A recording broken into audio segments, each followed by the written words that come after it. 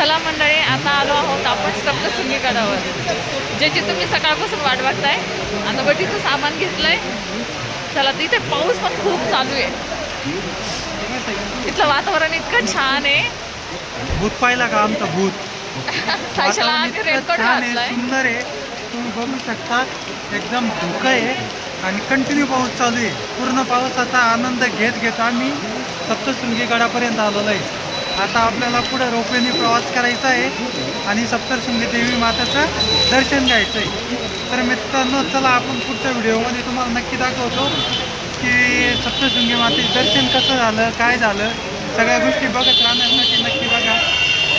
आधी आता आम्हाला चेक करावं लागेल का रोपवे चालू आहे की नाही, कारण इथे खूप पाऊस चालू आहे. इथे जवळपास 10 ते 11 किलोमीटरचा घाट पार करून आपण इथं आलेलो आहे.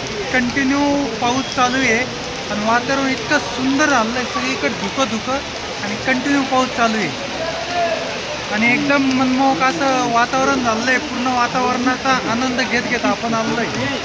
तर चला मित्रांनो, आता पुढं आपल्या प्रवासाला सुरुवात करूया.